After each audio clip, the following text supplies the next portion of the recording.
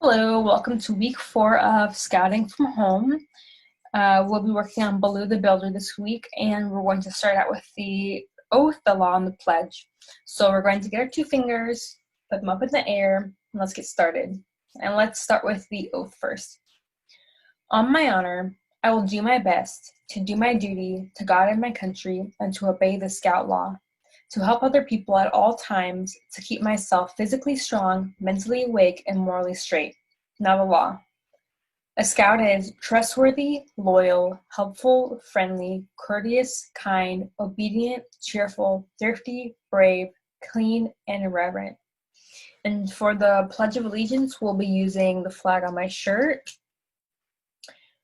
I pledge allegiance to the flag of the United States of America and to the republic for which it stands, one nation, under God, indivisible, with liberty and justice for all.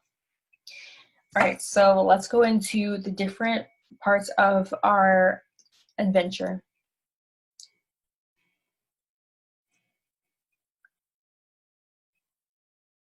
Okay, let's see. Let me share my screen really fast. Okay, so for Baloo the Builder, we have 4 requirements. Let me get my pointer. Okay, so we are going to want to discover which hand tools are the best ones to have in our toolbox. We'll learn the rules for using these tools safely and practice with at least 4 of the tools from before beginning a project. The second requirement is to select, plan, and define the materials for the projects we will complete in requirement 3. And then requirement 3 is assemble our materials and build one useful project and one fun project using wood. And the 4th requirement is to apply finish to one of our wood projects. So once we finish all of those, then we will have met all the requirements for Baloo the Builder. All right, so first things first, we have to select our tools. I picked a hammer, a measuring tape, a wrench, and a screwdriver. So let's talk about the safety rules of each tool. So for the hammer, we are going to want to make sure that we have enough space in between us and the people around us when we're hammering things. So when you're hammering something, just to be safe, put your arms out like this. And if anybody is within your range where you can touch them, then they're too close. So when we hammer, we're going to want to use our wrist mainly. So our wrist will be moving. And when we do hammer something, we don't want to, because we'll be using our wrist, we don't want to be hammering like that because we have less control. So just lightly tap. And make sure that, like I said before, that nobody's in the zone where you can hit them, because this part is really dangerous. So for our measuring tape, it's pretty simple to use. When we're using it, let's say we are measuring something that's really long, like 4 feet. When we let this go, it snaps back quickly like this. We don't want to let it snap back too fast. So we will be using our hands to guide it back, because if it snaps back too quickly, then it can hit you in the face. You have less control over it. So this, we're going to want to treat this as if it's a pair of scissors or a knife. We don't want to run with it. We don't want to hold it like this while we're walking. Hold it down like this, and when you're handing it to somebody, hand it to them like that, like you would a knife. And then for the wrench, this one,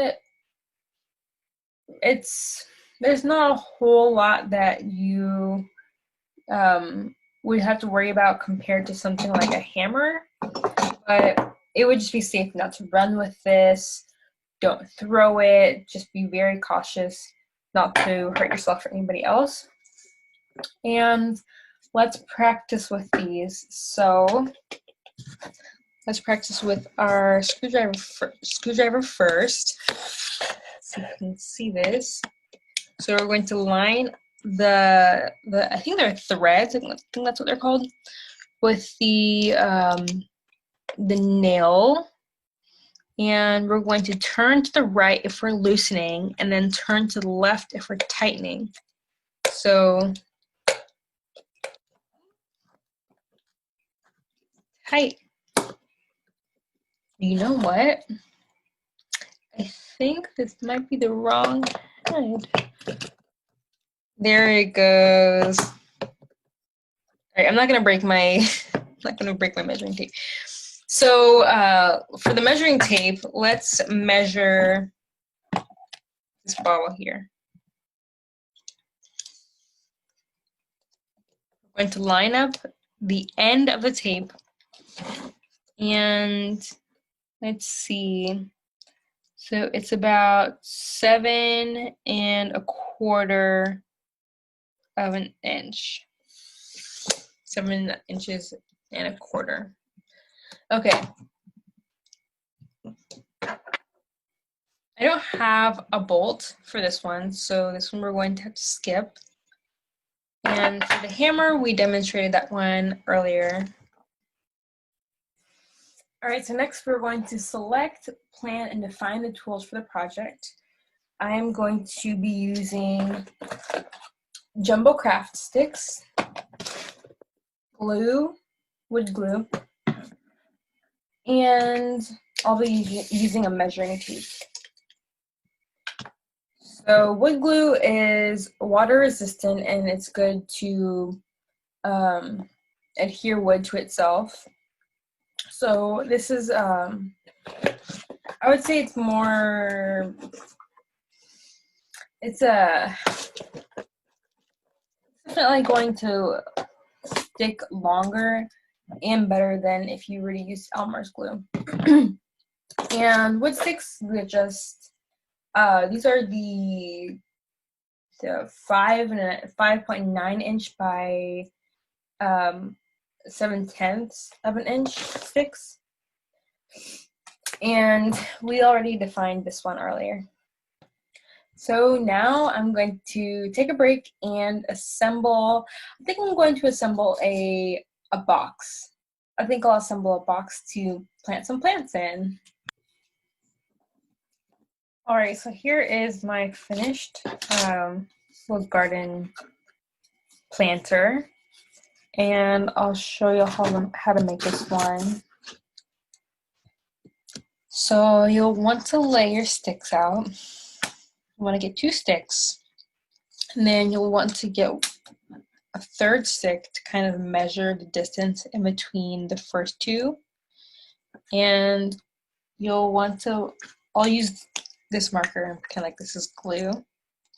So you'll want to put some glue here and here, and then evenly space them out so that there's not a lot of room left on this side of the stick like this, and it's not too short like that.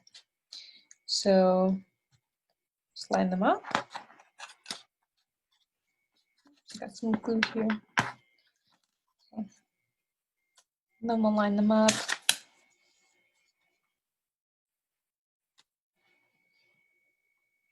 And then let's put our fake glue down. And then we'll just keep repeating that. So then we'll put glue there.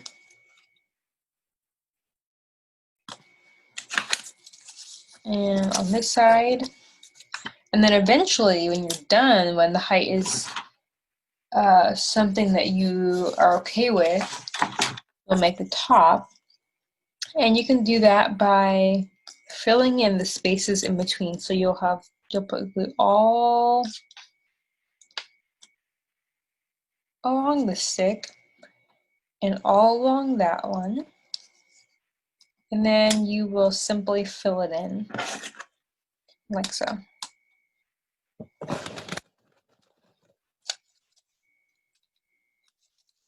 And then eventually you'll have the bottom of your